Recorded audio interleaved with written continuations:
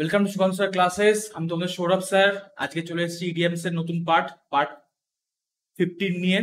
তো আমাদের কিন্তু অলরেডি 14টা ক্লাস হয়ে গেছে ইডিএমস এর।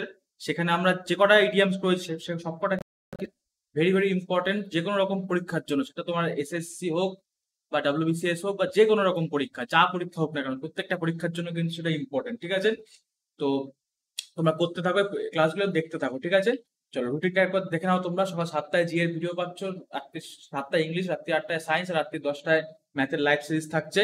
চলো আজকে শুরু করি। আজকে হচ্ছে 196 নম্বর পার্ট থেকে নাম্বার থেকে শুরু করছি আমরা। আমাদের কিন্তু 195টা অলরেডি ডান কিন্তু। ঠিক আছে, তোমরা যারা দেখো তারা কিন্তু অবশ্যই অবশ্যই সেগুলো দেখে আস। ঠিক আছে, আর আমাদের যে টেলিগ্রাম চ্যানেল সেখানে কিন্তু অবশ্যই যুক্ত হয়ে যাও, তাহলে সেখান থেকে তোমরা রোজ যে আমাদের আপডেট আছে সেগুলো পেয়ে যাচ্ছ। আর আমাদের যে পরীক্ষার যাবতীয় ইনফরমেশন সবগুলো কিন্তু সেখান থেকে তোমরা পেয়ে যাবা। ঠিক আছে, আর আমাদের চ্যানেলটিকে যদি সাবস্ক্রাইব না করে থাকো অবশ্যই সেটাকে সাবস্ক্রাইব করে রাখো। ওকে, চলো। তো প্রথমটা হচ্ছে to let someone off. Let someone off মানে হচ্ছে to live someone in the present state. ধরো কেউ একটা বিপদে রয়েছে, আমরা তার সঙ্গে রয়েছি, কিন্তু একটা সময় মনে হলো যে তার সঙ্গে থাকা যাবে না। ঠিক আছে, তাকে আমরা ধরো রাস্তার মাঝখানে যেখানে ছিল সেখানে তাকে ছেড়ে দিয়ে চলে গেলাম, মানে তাদের সঙ্গে আর আমরা এগোলাম না, তাকে সেই অবস্থায় ছেড়ে দিয়ে চলে গেলাম। ঠিক আছে, তখন তাকে সেটাকে বলা হবে টু লেট সামওয়ান অফ, মানে to live someone in this present state. যে স্টেটে আছে, যে অবস্থা আছে সেই অবস্থা তাকে ছেড়ে দিলাম। ওকে, চলো পরেরটা। হচ্ছে মেক রুম। এটা তো খুব সহজ, এটা আমরা দেখি, আমি এরকম বলতে শুনেছি, make room for he, make room for her, বা make room for my father, এরকম। মানে মেক রুম মানে হচ্ছে মেক স্পেস, মানে কারোর জন্য যদি ধরো স্পেস করতে, ধরো একটা জায়গায় 10 জন রয়েছে, একজন আসলো, তাকে বসতে দিতে হবে। তাকে যখন আমরা বললাম please make room for him, মানে তার জন্য জায়গা করো। ঠিক আছে, চলো পরেরটা। হচ্ছে বেগার ডেসক্রিপশন। বেগার ডেসক্রিপশন মানে হচ্ছে ক্যান নট বি ডেসক্রাইব, মানে একটা এমন অবস্থা যেখানে তোমার সেই মানে পরিস্থিতি ডেসক্রাইব মানে করা যাচ্ছে না, ডেসক্রাইব করার মতন আর কি কোনো অবস্থা নেই। তাকে কি বলা হয়, সেই তাকে কি বলে, তাকে বলা হবে হচ্ছে বেগার ডেসক্রিপশন। ওকে, চলো পরেরটা। হচ্ছে মেক ইট লাইট। এটা খুবই সহজ। মেক ইট লাইট মানে হচ্ছে ট্রিট লাইট। ধরো একটা পুলিশ আপনার ধরে নিয়ে গেল আসামিকে, দিয়ে সে গিয়ে লকআপে ধরে নিয়ে গিয়ে খুব পিটাচ্ছে, খুব মানে এমন মারছে যে আত্মীয় হয়তো মরেই যাবে। তখন তার একজন কলিগ এসে বললো, sir please make it light, মানে কি ট্রিট লাইটলি, মানে এত মারবেন না, এত মারলে কিন্তু মরে যাবে। ঠিক আছে, তা সেই সেরকম ভাবে treat lightly, make it light মানে হচ্ছে ট্রিট লাইটলি। ওকে, চলো পরেরটা। পরেরটা হচ্ছে all moon shine. All moon shine মানে হচ্ছে ফার ফ্রম রিয়ালিটি।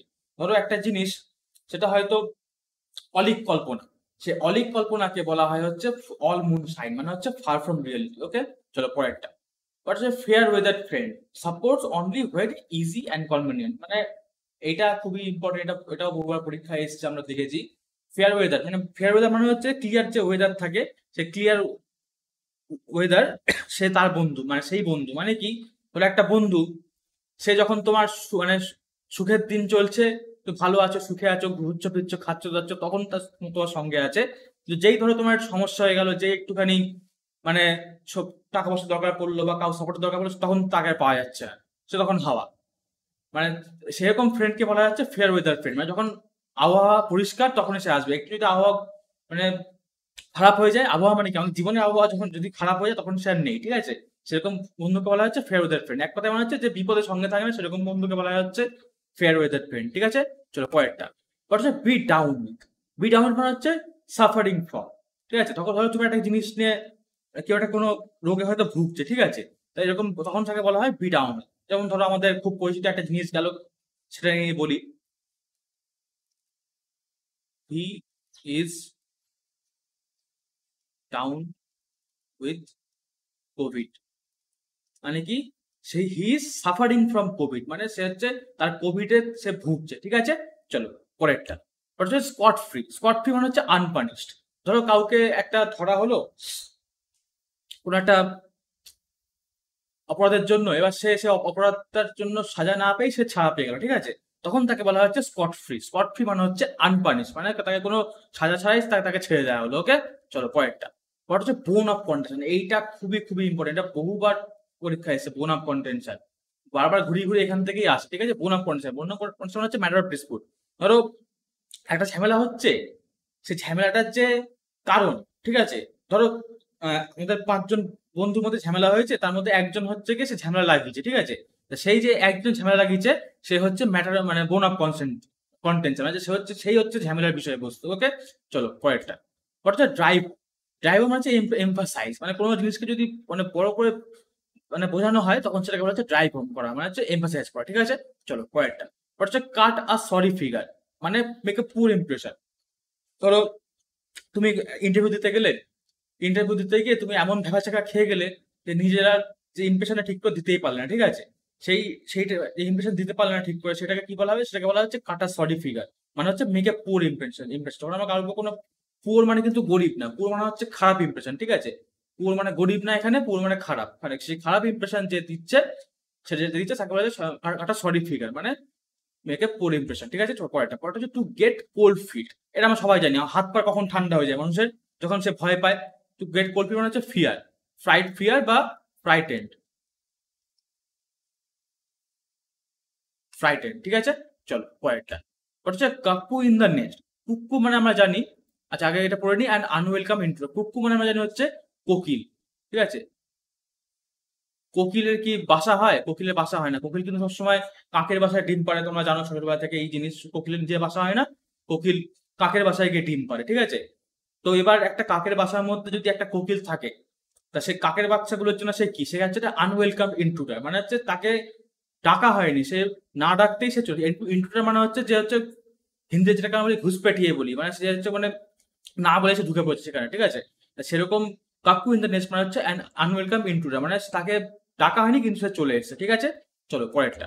ওটা হচ্ছে old head on young shoulder. এটা খুবই সহজ। To be wise beyond one's age, মানে যে বডিটা একজনের যে বডিটা এইটা হচ্ছে ইয়ং মানুষের, কিন্তু তার যেই মাথাটা রয়েছে সেটা হচ্ছে ওল্ড মানুষের। মানে কি? তার যে ব্রেনটা সেটা খুব ভালো, মানে সে হচ্ছে নিজের বয়সের তুলনায় বেশি বুদ্ধিমান, বয়সের তুলনায় বেশি মানে বোঝে সেই কিন্তু না, যা যা মানে পেছন পাকা হয় সেরকম না, কিন্তু বয়সের তুলনায় যে বেশি বোঝে সেরকম না, বয়সের তুলনায় যে বেশি বুদ্ধিমান তাকে বলা হচ্ছে old head on a young shoulder, ঠিক আছে? এটা এক প্রকার ইয়ের মধ্যেও পড়ছে, ওয়ান ওয়ার্ড সাবস্টিটিউশনের মধ্যেও পড়ছে, ঠিক আছে? এই ইডিয়ামসও পড়ছে, ওনার সাবস্টিটিউশনের মধ্যেও পড়ছে, ঠিক আছে? চলো পরেরটা হচ্ছে বাট ইন মানে হচ্ছে ইন্টারাপ্ট। ধরো একটা বিষয় চলছে, সেখানে কেউ একটা ঢুকে গেল, ঢুকে সেটা জিনিসটাকে বাধা দিল, ঠিক আছে? সেটাকে হচ্ছে বলা হচ্ছে বাট ইন। এটা একটা উদাহরণ দিয়ে আমরা দেখি। দ্য স্টুডেন্ট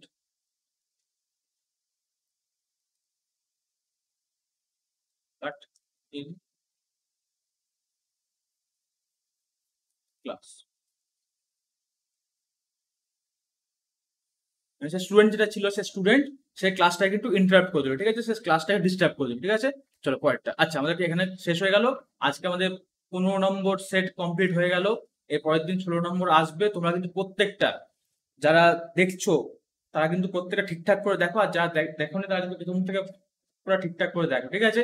এটা আমার কিছু না, তোমাদেরই মানে সুবিধা, তোমাদেরই ভালো হবে, কারণ যা পরীক্ষার প্রশ্ন হয় সব কিন্তু এখান থেকেই আসে। ওকে, চলো আজকে এই পর্যন্ত থাকলো।